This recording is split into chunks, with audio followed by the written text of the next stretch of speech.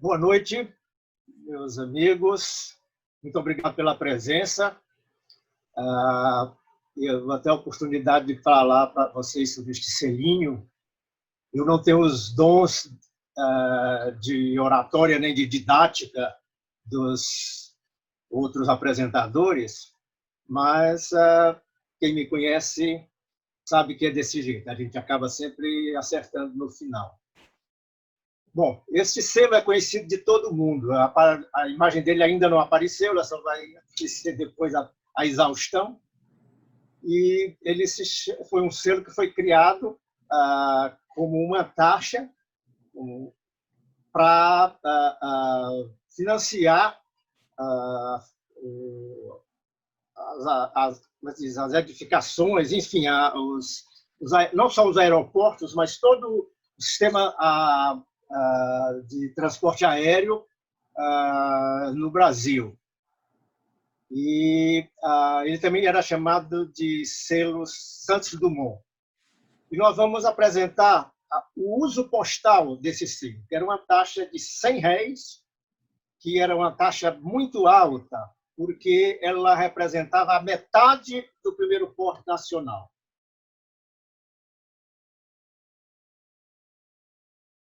Apresento ele com, pelo menos em 4 situações. O uso regular como selo adicional, como está dito aí na apresentação, no período de 1º de outubro de 1933 a 31 de maio de 1934.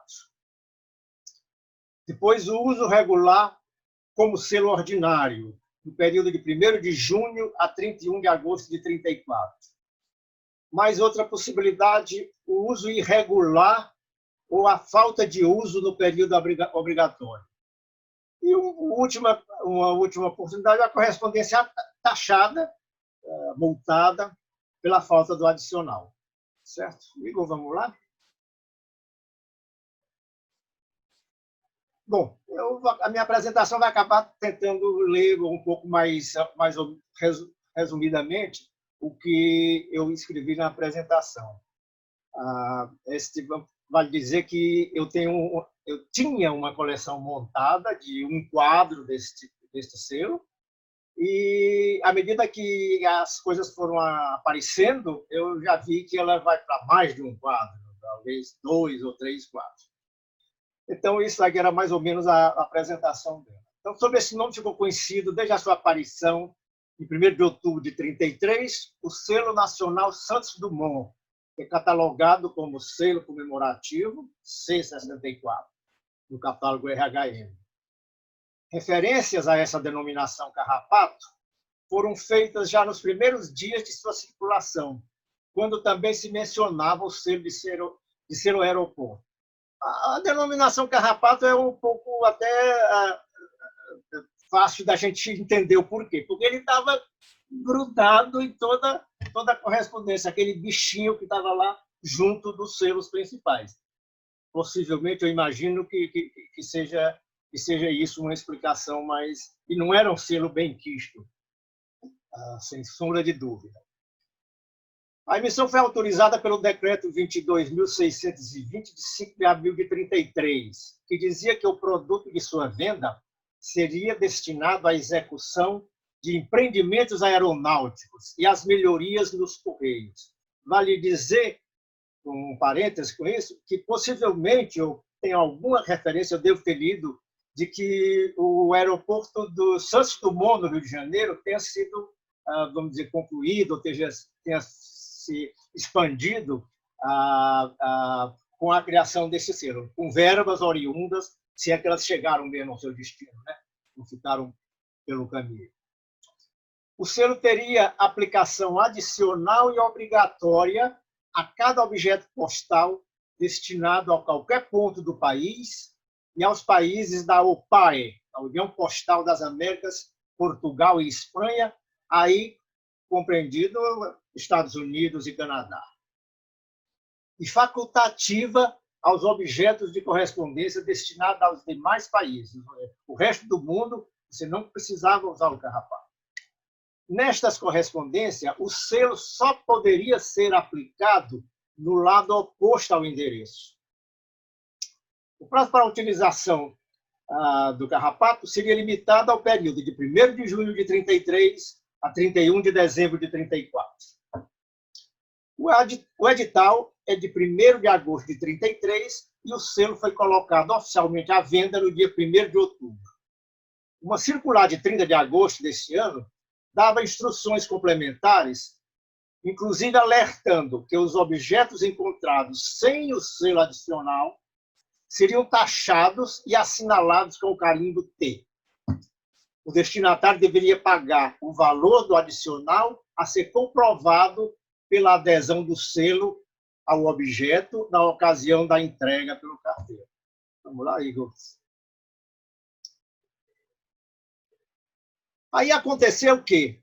Em 1º de junho de 34, houve uma elevação das tarifas postais, de R$200 para R$300 o primeiro porte, que foi determinada pelo decreto 24.226, de 11 de maio daquele ano.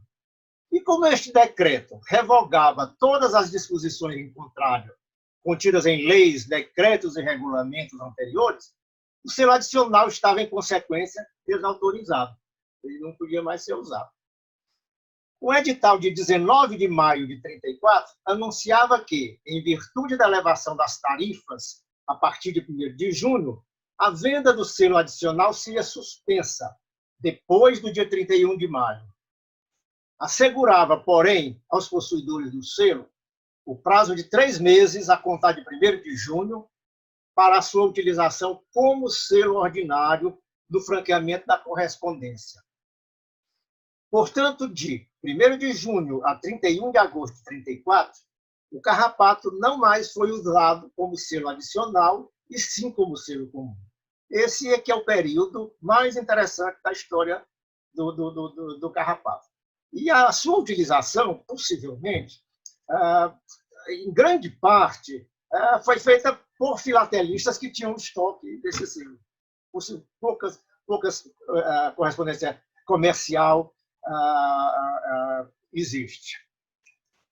Agora, alguns dados sobre o tipo do carrapato, a impressão dele. Ele foi impresso tipograficamente na cor castanho avermelhado, em papel médio e fino, com a filigrana K, cruzeiro, em folhas de 150 selos, com denteado 13,5 por 12,5 nas primeiras edições e denteado 11 nas últimas. A tiragem total foi de 68.077.000. Voltando a falar um pouquinho sobre isso, eu quero dizer que a coleção e esta apresentação vai fazer com que a coleção seja alterada. Ela segue, como na página inicial lá, e você pode voltar lá, pode ser.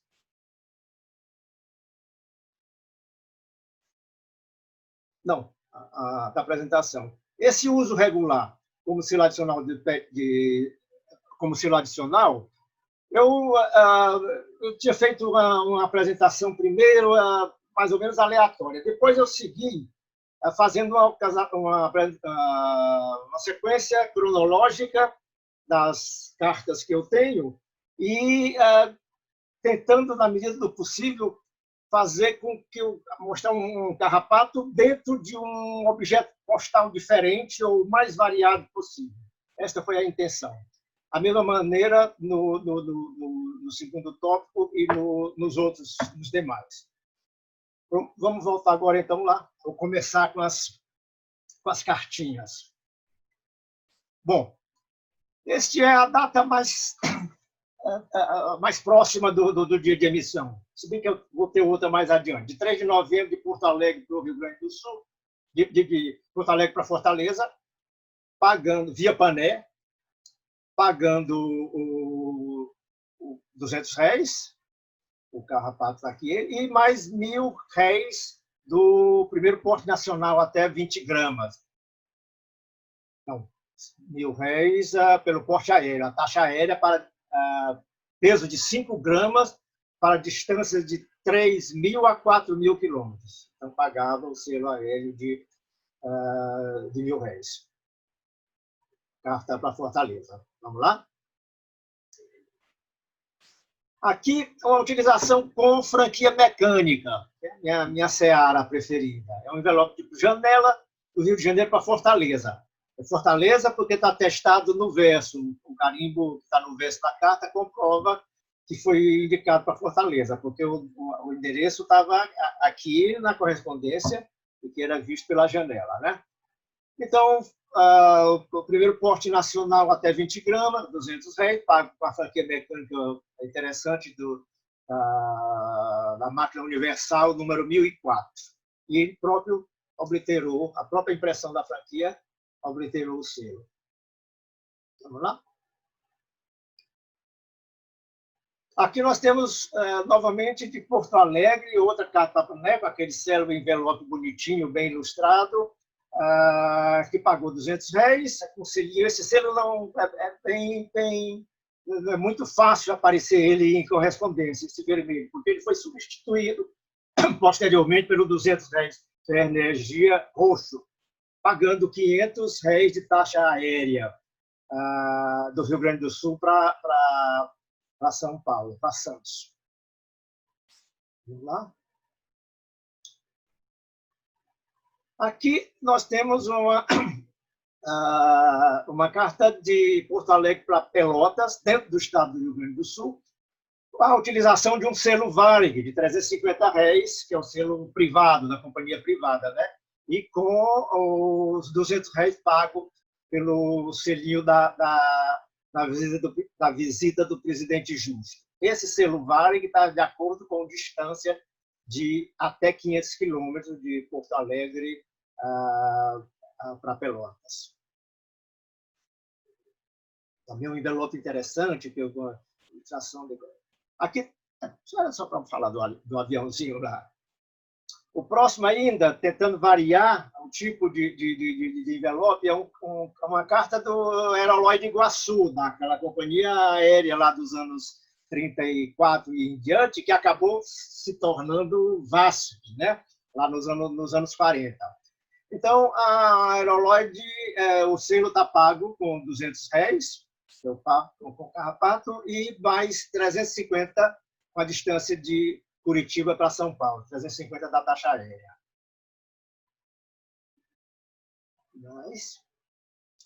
Essa é super interessante. É uma carta aérea para os Estados Unidos, de Ipané, de Belém para Mamaroneck, New York. Eu quero só fazer um comentário particular, não sei se algum dos meus ouvintes está aí.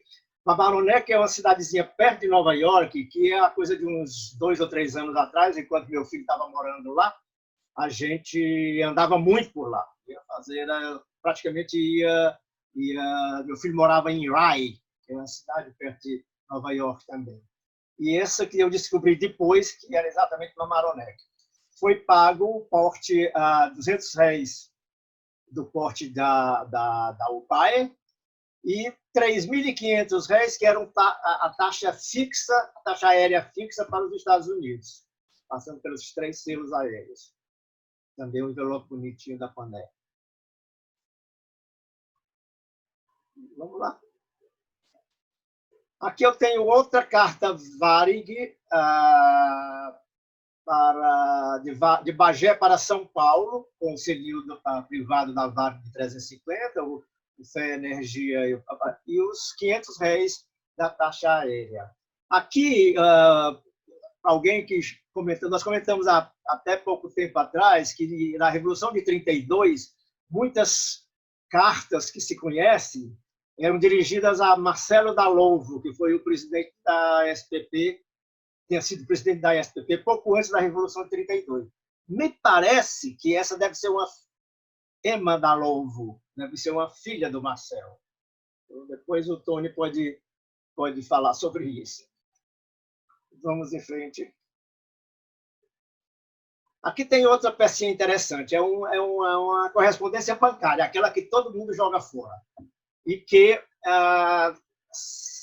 de São Paulo para Franca, que pagou 200 réis pela franquia mecânica da primeira tipo de máquina, não é a primeira máquina, porque essa é o número 88, da máquina New Zealand, que foi o primeiro tipo de máquina a ser usada no Brasil, isso em 1925. E essa correspondência bancária é muito interessante, com que o Carrapato foi obliterado a pena ou a lápis, né? Bem interessante. Vamos lá? Aqui eu tenho uma coisa interessante, que é a utilização pela Aeropostale e Fortaleza para o Rio de Janeiro. E com a taxa foi uma carta expressa, pagou R$ 1.000 pelo selo expresso, aquele famoso selo do Pan-Americano sobrecarregado com expresso, e R$ 1.500 de taxa aérea, representando possivelmente o porte para cada 5 gramas. Então, R$ 1.500 para essa distância de Fortaleza até o Rio de Janeiro, em torno de 3.000 quilômetros. Né? Foi paga por esses 2 selos. E é isso aí. Essa carta é interessante. É o uso do correio aéreo militar entre Fortaleza e Acaraú, também no Ceará, que é uma cidade relativamente perto de Fortaleza, uma praia, um município na beira do mar, de 11 de maio de 1934. Ela pagou só os R$ 200 do primeiro porte nacional, porque a taxa aérea não era cobrada pelo correio aéreo militar, porque ele só usava, era um serviço vamos dizer, para o público em geral. Então, a taxa aérea não era cobrada. E é super interessante essa carta. Esse correio aéreo militar se tornou depois o Correio Aéreo Nacional, o CAN, célebre CAN. Vamos lá. Aqui é mais uma tentativa de mostrar objetos diferentes. É uma frente de pacote com pacote de amostra sem valor, que era obrigado o Carrapato. Então, o Carrapato foi assinado o porte de R$ 1.300, com selos vovó, provavelmente para um peso de 600 gramas. Era o valor de R$ 200 para cada 100 gramas ou fração. Só para mostrar, não é uma peça tão bonita assim, mas para mostrar que ele era obrigatório em qualquer tipo de correspondência que pintasse. Vamos lá. Esta é outra pané para os Estados Unidos, com a franquia mecânica, também da New Zealand, agora a número 54. E para os Estados Unidos, pagando aqui 7.000, possivelmente era um segundo porte, né? 3.500 para cada 5 gramas, e com os 2 selinhos aéreos aí. Vamos lá. Essa já é um destino interessante, é porte UPAE, mas para a Bolívia, e pagava exatamente o porte nacional. Primeiro parte, o PAE, com 2 selos da aviação. Foi para La Paz e a Rio de Janeiro. Vamos lá. Aqui começam as coisas mais interessantes. O uso regular como selo adicional. Como a gente falou, e como o decreto fala, ele era facultativo para os países que não pertencentes ao PAE. E deveria ser obrigatoriamente aplicado no verso das cartas. Então, a gente não é fácil esse tipo de correspondência. O Reinaldo Jacó, que coleciona esse selo também, e está aí, pode depois confirmar. E são poucas as cartas que a gente vê. Então, esse que foi dirigido para a Alemanha e com o Carrapato de Minas Gerais para a Alemanha, e é uma carta-bilhete, e que obedeceu ao decreto. E com R$ 500 de porte, fazendo porte marítimo para o exterior, que era 500 mais R$ 200.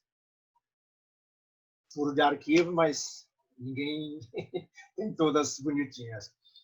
Essa é mas é o mesmo tipo de utilização, era o uso facultativo, o selo foi colocado no verso, e ele estava com insuficiência de 100 réis. A gente pode até pensar que o camarada, que deve ter, porque o porte seria 1.400 réis, e só tem aqui 7, que é os 1.400 réis, o primeiro porte internacional para cartas com peso até 20 gramas. Era 700 réis, mais o registro de 700. Então, era 1.400. Ele colocou 1.300. É possível ele ter utilizado o carrapato como porte, mas, na verdade, ele colocou no verso, então eu estou supondo que a correspondência não foi taxada. É interessante, é um uso que a gente pode discutir isso, a boa intenção. Como tem outras lá adiante que nós vamos discutir também posterior na hora da conversa. Vamos lá, Igor? Essa é uma outra muito simpática cartinha de Maragogipe, na Bahia, para a Alemanha. E pagou 700 réis. Essa pagou direitinho. 2, 4, 6, 700 réis. Primeiro porte internacional e com selinho rigorosamente no verso.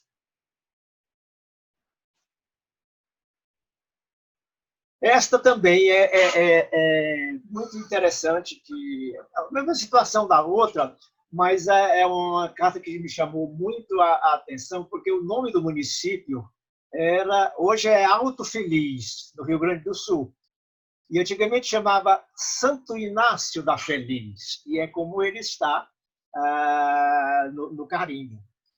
Carta com peso de até 60 gramas, conforme a tarifa vigente desde 1º de fevereiro de 32, e com uma tira de 4 selos de 200 réis do presidente Justo e mais 700 réis, e com o selinho do lado do verso. Eu gosto muito dessa carta, que foi a primeira que eu tive com o selinho no verso.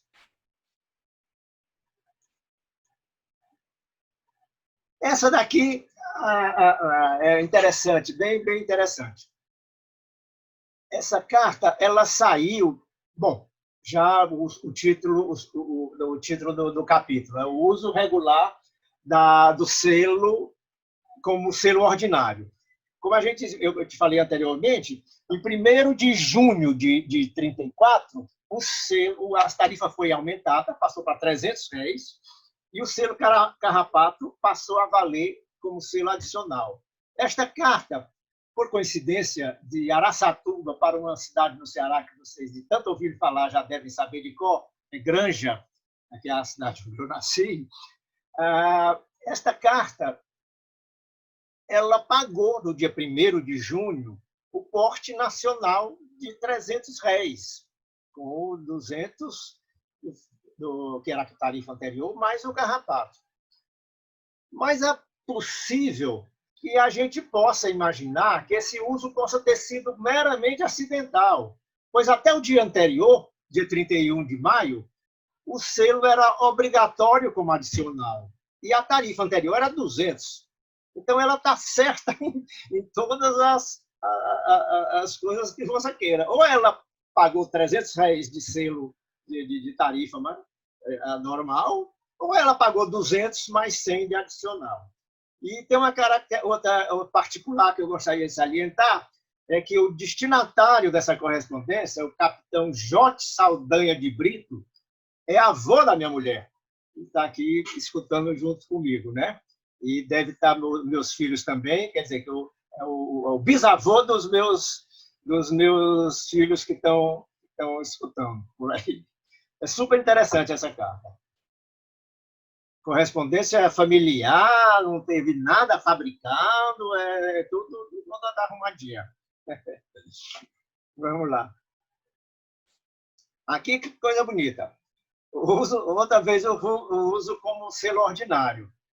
Uma carta registrada com as vias de recebimento do Rio Grande do Sul, de Pelotas, para Twin Falls, no Idaho, nos Estados Unidos, em 1º de junho de 34, do primeiro dia da utilização do selo como selo ordinário. Então, você vê, R$ 12.500 de porte, correspondendo ao terceiro porte até 15 gramas da tarifa aérea unificada para países do quarto grupo. Aí já não era mais o pai nem nada, já tinha a divisão do exterior em grupos, que era 11.100, mais a taxa de registro de R$ 700 e mais o aviso de recebimento de R$ 700. O porte total foi pago por 11 selos Carrapato, um bloco de 10 mais um aqui, usados como ordinário, 3 selos aéreos e mais 3 selos vovó. Essa cartinha é muito bonitinha.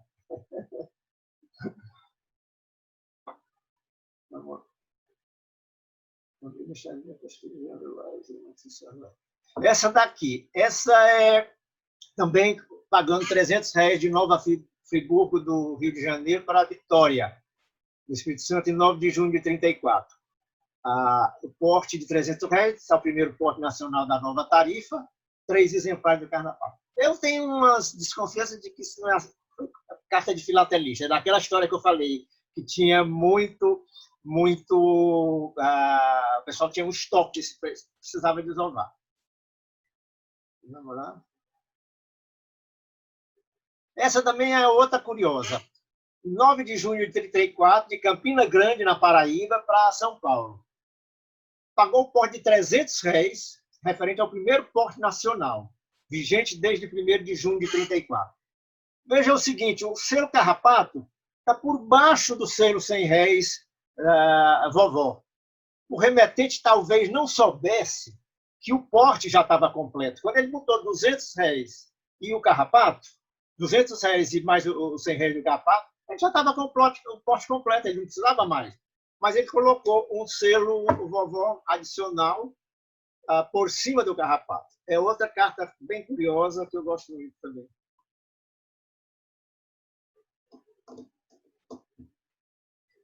Esse também é interessante, que é da Sindicato Condor, da escritório da Condor no Rio de Janeiro, nos Estados Unidos, pagando exatamente o correio, os R$ 300 da tarifa, que era a tarifa, que aumentou nos Estados Unidos também. O porte não é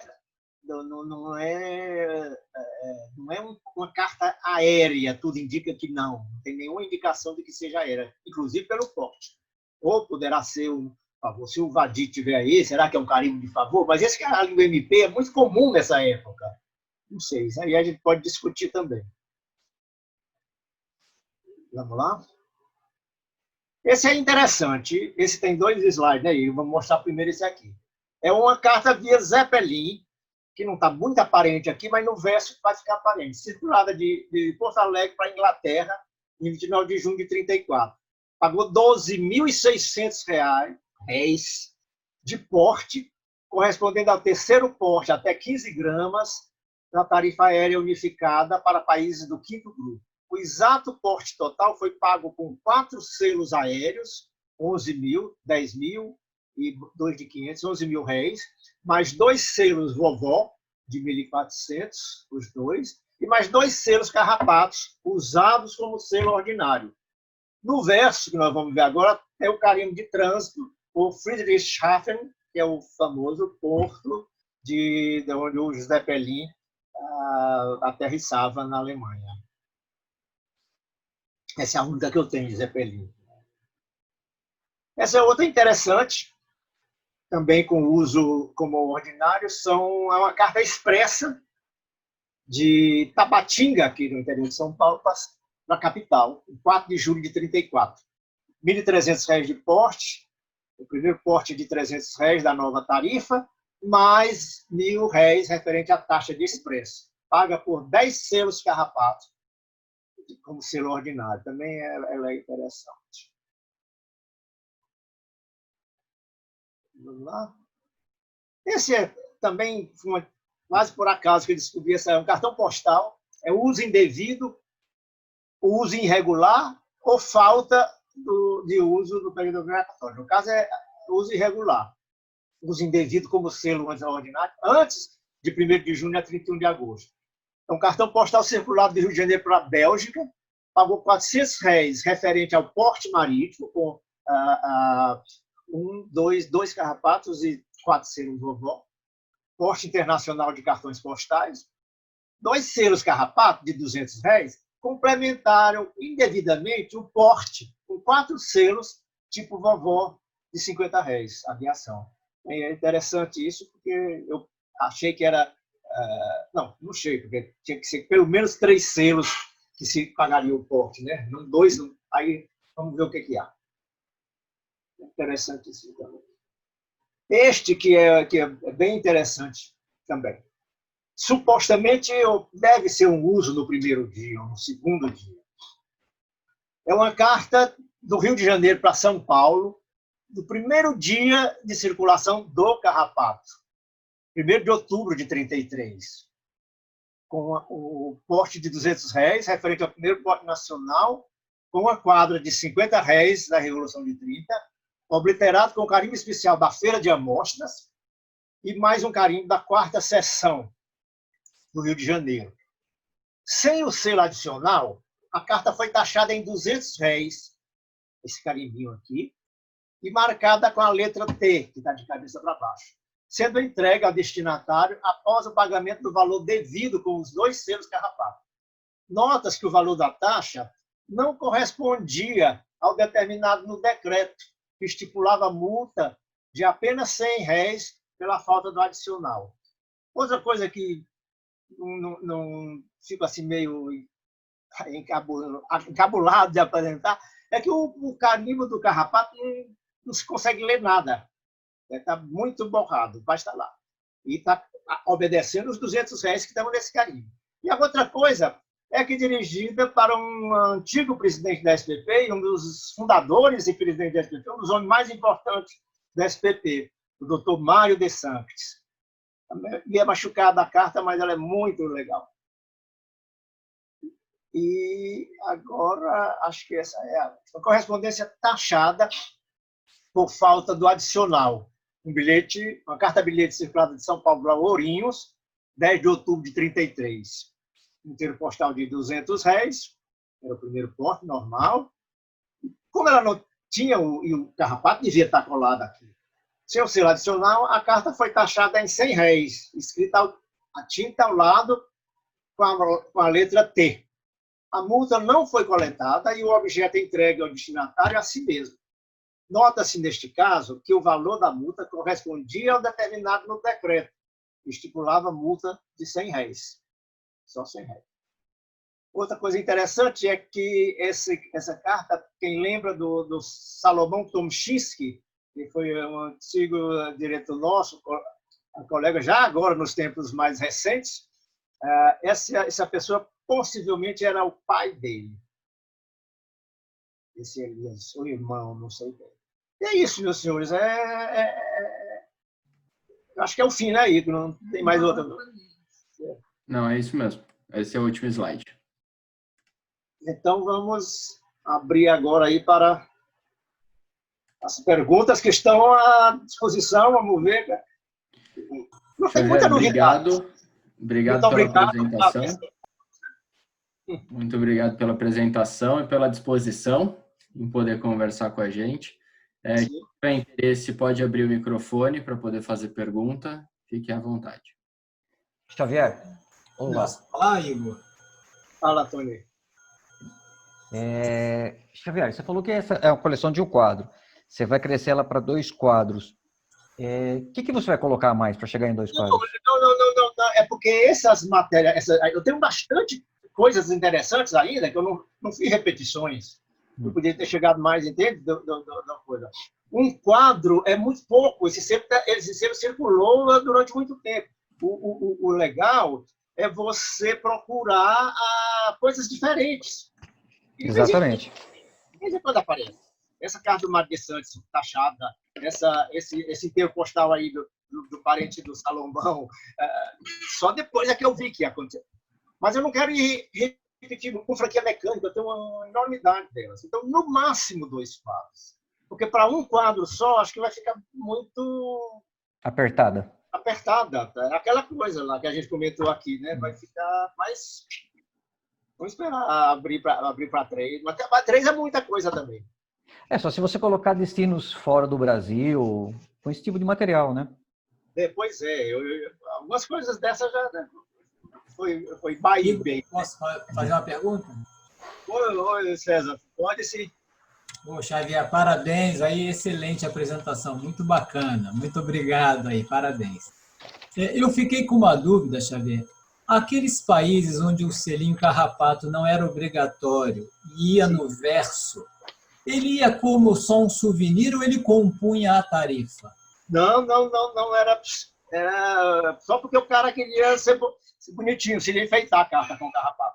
Não tinha, a tarifa era normal, ele não era obrigado, era opcional o uso. Mas se ele usasse, ele tinha que usar no verso. Mas às vezes você encontra ele na frente da carta. Aí esse eu não consegui. É possível até que apareça aqui comigo, mas eu não consegui arrumar isso aí. Ok, muito obrigado aí pelo esclarecimento. Parabéns mais uma vez. Ótimo. Obrigado, César. Xavier, boa noite. Parabéns pela palestra. Eu fiquei com duas dúvidas. Quando era taxado por falta do carrapato, você mostrou uma que foi colocado o carrapato depois e carimbado, que é aquele carimbo meio borrado, e outra sem o carrapato. Sim. Foi taxada, mas como é que fazia? A pessoa tinha que ir retirar, então. Se não tinha o carrapato, ficava. O carteiro levava e o carteiro, certamente, agora eu estou supondo, o carteiro levava uma caixinha lá, uma bolsinha com a entrega e fazia a aplicação lá e devia ter seu carimbinho lá. Ele não... o próprio carteiro, então, fazia a aplicação do selo? Eu acho que na hora, ele disse que ele entregava na hora para o remetente. Só que ele entregava com um selo só, ele tinha que pagar só R$100, não R$200, não dobro. Porque aí não teria muito sentido se o cara já está entregando na mão dele, por que colocar o selo, né? Assim, ele poderia até fazer a cobrança. Porque o remetente, a caixa, normalmente eles diziam, se fosse encontrada a carta com isso, ele não devolvia para o destinatário, como hoje é. Né? Uhum. Hoje, hoje nem se cobra mais nada. O correio não vai perder tempo e taxar uma carta. Mas até uns anos, na década de 70, ainda se encontrava cartas taxadas. Né? Ô Cláudio, desculpa, uma suposição, eu acho que para o carteiro entregar a carta, ele adicionava o selo de taxa devida porque ele tinha que prestar conta no correio, né, para não ficar com dinheiro no bolso dele. Pois é, mas não era taxa devida. No caso do carrapato, ele tinha que passar, era um carrapato. A multa era paga com um carrapato. Senhor Xavier, o senhor me permite uma pergunta? Eu não sei se eu entendi bem. Então, o senhor está dizendo que no caso do remetente não colocar o carrapato, era o destinatário que pagava ao carteiro, eu entendi isso? O senhor supõe que seja isso? No caso brasileiro. Sim, internacional. Né? Brasileiro ou a carta que fosse para o exterior, eu não sei, nunca vi com a carta para o exterior. Você vê que essa carta que foi para a França, mas ele não era obrigado a pagar o carrapato. Agora eu estou conjecturando aqui. Eu não tenho muito essa coisa para explicar essa história da taxa. E a taxa, desde os primeiros tempos que elas começaram a ser cobrada, o correio não ligava, apesar de ser R$100 ou R$200 numa carta que custava isso de porte, o pessoal não ligava tanto. Hoje não liga coisa nenhuma, mas naquele tempo era meio desplicente também. Correspondência taxada é um capítulo bem difícil, porque você não encontra muito material para Xavier, só mais uma dúvida. Você mostrou uma carta, acho que é a última carta da primeira sessão, que é para os Estados Unidos, mas eu li, passou meio rápido, eu não sei se eu li errado. Me pareceu uma carta marítima que era pela Moons Online do American Legion. Eu achei que era uma carta marítima, mas estava com selo aéreo. Era isso mesmo? Igor, Vamos lá. Qual que é a carta, Cláudio? É a última carta da primeira sessão, para os Estados Unidos, e estava escrito American Legion Moons Online, que é um navio, né? Que seria uma carta marítima, mas estava com selo aéreo. Vamos lá, deixa eu compartilhar. A primeira parte, a última. Sim, ele dividiu em 4 partes a palestra, né? Na primeira parte que é do seu... Esse não. Essa? Não é essa. Nos Estados Unidos, né? É para os Estados Unidos, certeza. Não. Então é antes. Não é a primeira parte. Mas ainda parte. é no uso regular. No uso regular. Aí, ó, essa. Essa daqui. É isso Passageiros... mesmo. Eles eram passageiros do American Legion, não é? Pelo que está escrito aqui no endereçamento, né?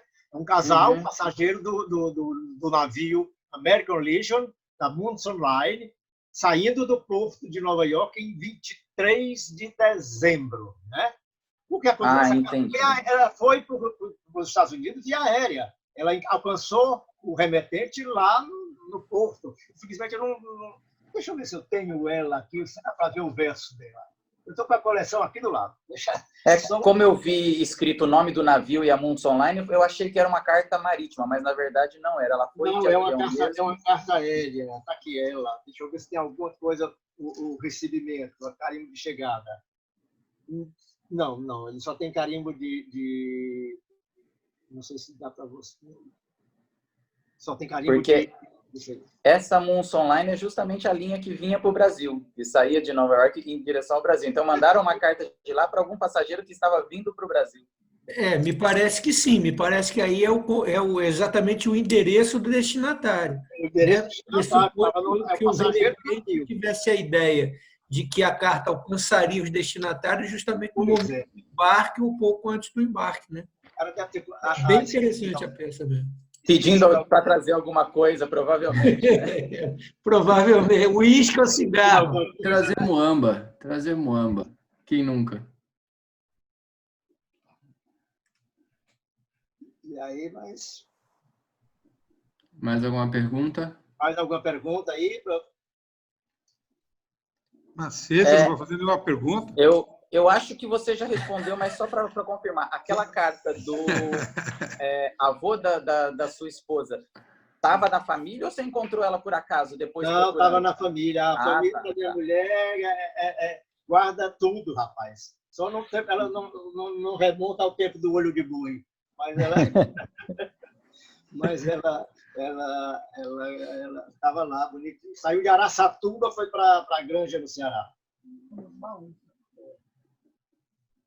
Depois eu vou contar para vocês, em outra ocasião, umas coisas que eu fiz com isso. Né? Todo mundo, quando é jovem, começa a colecionar selo, manda recortar os envelopes, né? Não manda recortar, eu quero selo, dizer o que era. E a minha sogra foi lá e cortou todos os envelopes que tinha. Aí, que eu recomendei, me mande o selo. Ela mandou tudo. E eu deixei guardado lá. Poucos anos depois, quando eu comecei a me interessar por envelope, por história postal, que Dona Maria, que chamava Dona Maria, mande o que você tem, né? Papel velho. Ela mandou tudo. Quase morro quando eu vi todos os envelopes cortados para retirar o selo. Né? Como eu também guardo tudo, não deixo nada ir embora, eu lembrei que tinha num lugar determinado, tinha aquele selo que eu iria lavar. Selo vovô, né? Tinha essas coisas. Que eu iria lavar. Qual não foi a minha surpresa, como os fragmentos estavam lá e os envelopes cortados também estavam lá. Então, fui fazer um trabalho de fazer os encontros, né? Recuperar aquilo lá, botando charneira por trás, todo com cuidado para fazer. Consegui várias cartas de correio aéreo militar com esse processo do Ceará, que não é tão fácil. Aquela carta que você tem, endereçada para um Studart, deve ser parente do Marcelo. E qual é? É parente do Marcelo. É parente do Marcelo, com certeza. Eram grandes revendedores de automóveis no Fortaleza. E tinha um colecionador muito bom. Naquela época já tinha colecionador bom lá no Ceará.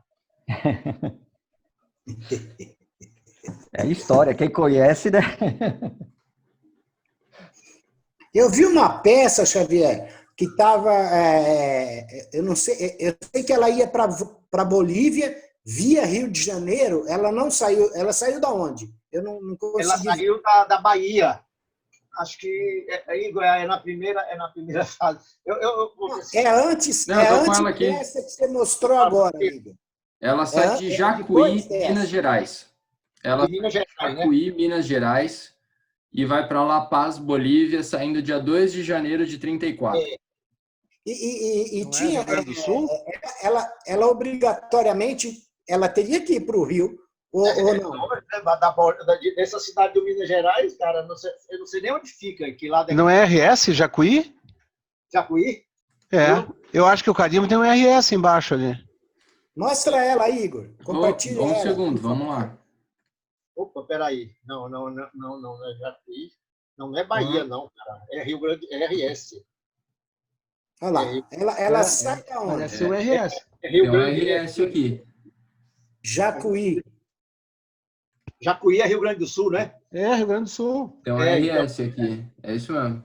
Aí eu coloquei Minas Gerais aí. Desculpem, hein? Erro nosso. Não, tudo bem. Dessa vez passa. Erramos. Ofendeu os gaúchos, hein? De qualquer maneira,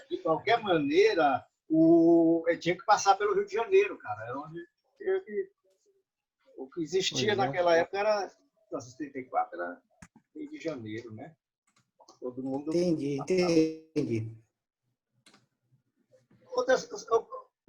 Fala, Miguel. Não, já falei.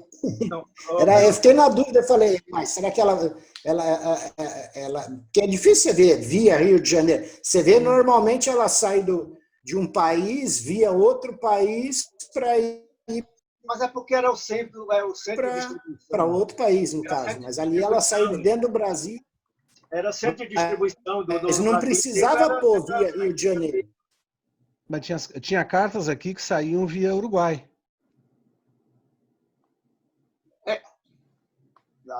Até quando foi isso, não sei, mas durante muito tempo também tinha cartas que iam via Uruguai. Sim. Eu posso interromper um minutinho? Eu tenho algumas... Tony, voltando à sua pergunta de material, eu tenho umas cartas com carrapato como uso adicional, usadas com selos Varig, mas desisti nos momentos de antes de terminar essa apresentação, porque as cartas são completamente fabricadas. Os selos não pagavam, não batiam as distâncias, principalmente naquela distâncias menores ali de Pelotas para Porto Alegre e tudo mais, e ficaram utilizando aqueles selos malucos da Varig, né? Registros, expressas, as correspondências, né? E eu estou satisfeito porque estava lá com o carrapato, três peças do carrapato na carta, e aí conversando com o Vadir Xavier.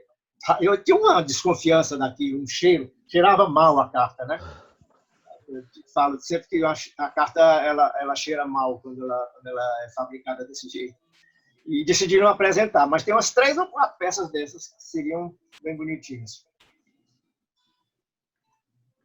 Acabaram de complementar que Jacuí do Rio Grande do Sul hoje se chama Salto do Jacuí. Olha aí, já estou anotando aqui, Jacuí, Rio Grande do Sul. Então, eu não sei de onde eu peguei Minas Gerais, acho que devia estar conversando com a... Ô Xavier, acho que a sua irmã Berenice Xavier quer falar. Ah, é? Como é que ela faz para falar? Tirar o mudo. Beré? Fala para ela tirar o mudo. Deve estar em Fortaleza. Oi? Fala. Estou vendo ela. Então, Travou a imagem. Mais alguém tinha pedido também para falar? Só uma pergunta a respeito das taxas. Eu acho difícil que o carteiro levasse selos e coisas assim, carimbo e tal. Eu acho que o correio mandava um aviso, e até por isso a taxa, né? Mandava um aviso para o remetente dizendo que tinha uma correspondência, ele ia no correio e pagava a diferença. Olha, e o dobro da diferença. Não, olha, isso não é que está no decreto. Eu tenho o original do decreto, que é bem explícito. Não, assim, até com relação a esse decreto, pode ter sido um entendimento errado do Correio. Olha, Que ele deveria ter cobrado só os R$100 pelo decreto, só que pelas taxas antigas, como eram cobradas, era o dobro da diferença. Então, mas o dobro da diferença é pela falta de porte. Os R$100 era uma campanha. Exatamente. Então, o dobro do porte era porte. é o porte. Pode ter havido um mau entendimento do Correio à hora de cobrar, entende? Que a pessoa cobrou conforme uma taxa normal e não era para ser. O decreto mandava cobrar só o 100. Sim. Perfeito, Domingos. É possível, dessa carta que está com os 2 carrapatos. Mas na outra, na carta bilhete, na última da apresentação, tem os R$100 correto. Certo. Está escrito só os R$100. Yes. Se ele tivesse cobrado, ele teria que colocar só um carrapato. O Reinaldo esclareceu bem. O carrapato não fazia parte do porte. Só certo. a partir de 1º de junho de 34 é que ele era porte. Aí sim, as taxas seriam cobradas nesse sistema do Correio. Dobrava o valor do porte e tirava a diferença. Que também dá muita a interpretação errada nessa história, né? Porque às vezes o sujeito pega a diferença e dobra.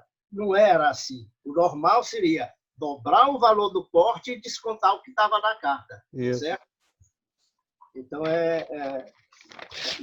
por isso é que é também interessante correspondência taxada. O Sergião não está aí olhando, não, mas é.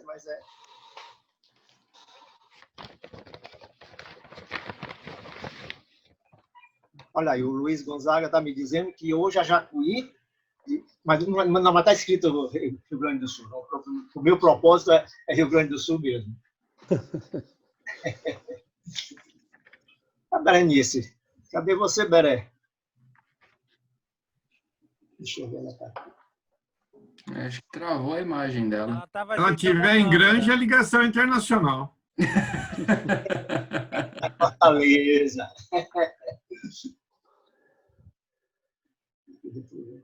Hoje a internet está meia... Não sei Pronto, você... ela está ajeitando a câmera. A mensagem está chegando primeiro para o Henrique lá em Recife, para depois... É mais perto. Nossa, a internet está aqui pelo menos está manhaca. Interior, né? Interior. Interior é assim mesmo, Miguel, não fica bravo, não. Interior. Eu não vou discutir com vocês, porque não dá para mim tomar uma atitude mais drástica. No interior está chegando mais rápido a Covid que a internet. Aproveitando esse intervalo, enquanto a Berenice está tentando conectar, não esqueçam que sábado tem o nosso leilão ao vivo e a cores, a nossa venda lá da SPP. Que hora que é mesmo, Igor? 3 horas? 3 da tarde. O cara não sabe nem o horário do leilão, pelo amor 3 da tarde. E olha que ele é o leiloeiro. Não, eu chego no horário. Vamos definir uma coisa, Miguel. Você, por favor, quando for um lote que você tiver desconfiança, avisa antes que a gente já faz o lance, para não ficar esticando muito, não tem necessidade. Você manda aviso antes que a gente já faz o lance de início, de cara, rapaz. Exatamente. Se não compra, eu fico falando, aí o cara dá o lance para mim parar de falar. Então, tem que ser assim, porque o presidente... Cadê o presidente também? Eu não vi o presidente hoje. Ela precisa tirar o mute lá, Igor. Tirar o mute. Ela está falando, mas não está saindo. Igor, está falando, Igor, mas não está saindo. Quero aproveitar, Igor. Pera um minutinho só, gente. Deixa eu só ver se consigo... Aí, Berenice, Pronto, pode tirou. falar.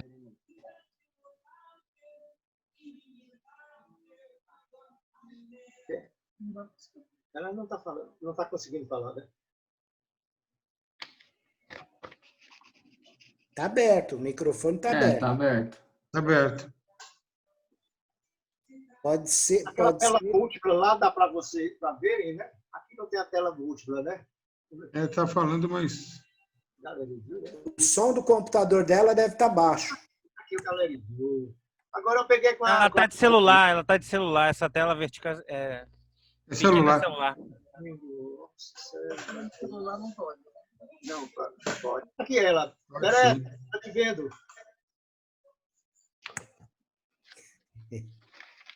Ei!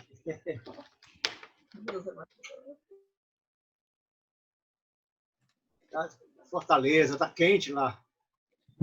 Basílio, qual que é a pergunta? Não é uma pergunta, não. É aproveitando a oportunidade, não sei se todos receberam um e-mail ou não, vai ter a nossa 12ª Expo SPP. Isso vai ocorrer em outubro, né? Então, a gente deve receber coleções até dia 4 de setembro para que a gente possa passar por jurados, ter um prazo bom para que eles façam a avaliação.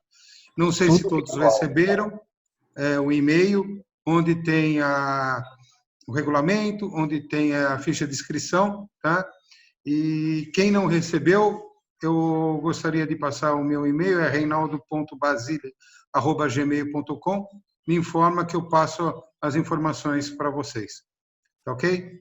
Exposição virtual. Exposição virtual. O reconhecimento FEBRAF, muito importante dizer isso. Que apoio o FEBRAF. Apoio FEBRAF. Pode ser 2 quadros, né? Não, 2 quadros não. Não? 1 quadro, 3 quadros, 5 quadros e 8 quadros. Imprensado. Bom, gente, muito obrigado. Xavier, obrigado pela conversa, obrigado pela apresentação. Muito bom o estudo, as peças. Eu vou falar, para mim você é o mestre de conseguir tirar leite de pedra. Selo, tudo que todo mundo acha que não vale porcaria nenhuma, você sempre tira coleções muito bacanas, muito completas, com muito estudo. Então, isso é muito legal. Meus parabéns por mais uma. Eu já sou fã da sua coleção de Hansen. Essa daqui é mais uma que são peças maravilhosas. Então, muito obrigado a todos que participaram. Muito obrigado, Xavier. Já fica aqui o convite para segunda-feira que vem, voltando às 8 da noite, então, conforme a democracia ganhou. A maioria levou. Às 20 horas, a gente vai ter correspondência censurada na Revolução de 1930 pelo nosso presidente da FEBRAF, Rubem Porto Júnior. Então, segunda-feira que vem. A todos, muito obrigado. Uma boa noite. Obrigado pela participação. E nos vemos segunda que vem ou sábado, para quem é associado à SPP e quiser participar do leilão. Abraço, gente. Tudo de bom. Todo mundo lá, hein? Sabadão. Pela Até paciência. sábado. E na Parabéns. possível, vamos apresentar outras coisinhas assim, um pouco esquisitas. Já vamos marcar a próxima palestra, né, Xavier? Sobre franquia. Já vamos marcar uma próxima. Tá certo. Tá. Muito obrigado, gente. Boa noite para todos. Tchau, tchau, gente. Boa noite, parabéns. Tchau, Xavier. Tchau, boa noite. Boa noite, boa noite. Comentários